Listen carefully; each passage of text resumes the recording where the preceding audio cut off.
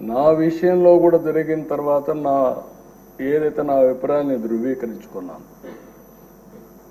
నేను జైల్లో ఉన్నప్పుడు నా రూమ్లో కూడా సీసీటీవీ కెమెరాలు పెట్టి నేరుగా వాచ్ చేయాలని ప్రయత్నం చేశారు ఇక్కడి నుంచి, రిమోట్ నుంచి. అదే ఈయన విషయంలో కూడా ఆయన్ని కొడుతూ టీవీలో సెల్ ఫోన్లో ఆనాటి ముఖ్యమంత్రి చూశారని వారు చెప్పే పరిస్థితికి వచ్చారు. నాకు అది ఆ రోజు నాకు నమ్మశక్యంగా అనిపించలేదు. కానీ నా విషయంలో ఎక్కడైతే నన్ను జైల్లో పెట్టారో ఆ రూమ్లో కూడా సీసీటీవీ కెమెరా పెట్టి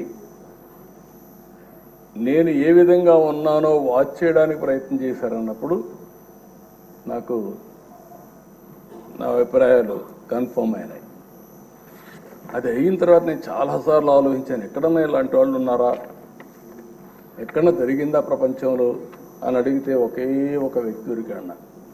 ఆ వ్యక్తి కొలంబియాలో ఎన్నో ఏళ్లకు మునుపు కాదు, 1980-85 ఆ ప్రాంతంలో ఏదైతే పాబ్లో ఎస్కోబార్, అతనికి ఇతనికి కరెక్ట్గా సరిపోతున్నాయి పోలికలు, దాంట్లో ఏం అనుమానం లేదు. అతను కూడా మీరు చూస్తే కొలంబియాలో మారక ద్రవ్యాల ముఠాలకు ఎస్కోబార్ నాయకుడు. అత్యంత ధనికుడుగా, నేరస్తుడుగా, దుర్మార్గుడుగా ఎమర్జ్ అయ్యాడు. దుర్మార్గుడు అంటున్నా నేను.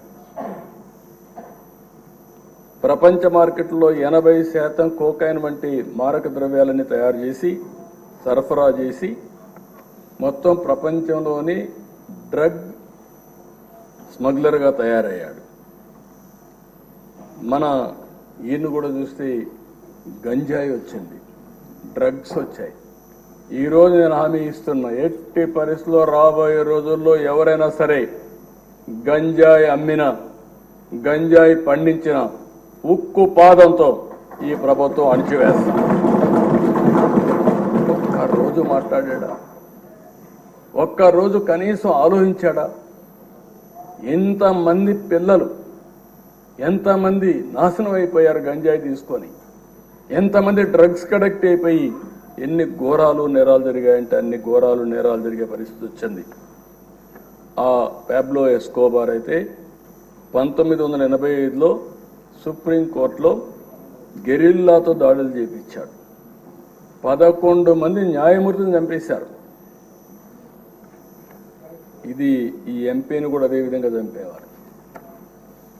కనీసం ఈ దేశంలో ప్రజాస్వామ్యంలో కాస్తో కోస్తో చెక్స్ అండ్ బ్యాలెన్సెస్, కోర్టులు ఇవన్నీ ఉన్నాయి కాబట్టి కొంతవరకన్నా బయటపడ్డాం. కానీ లేకపోతే ఇతన్ని ఎప్పుడో ఎలిమినేట్ చేసే పరిస్థితికి వచ్చారు.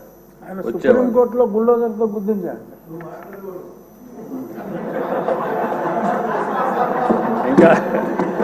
ఇంకా అలవాటు కాలేదు.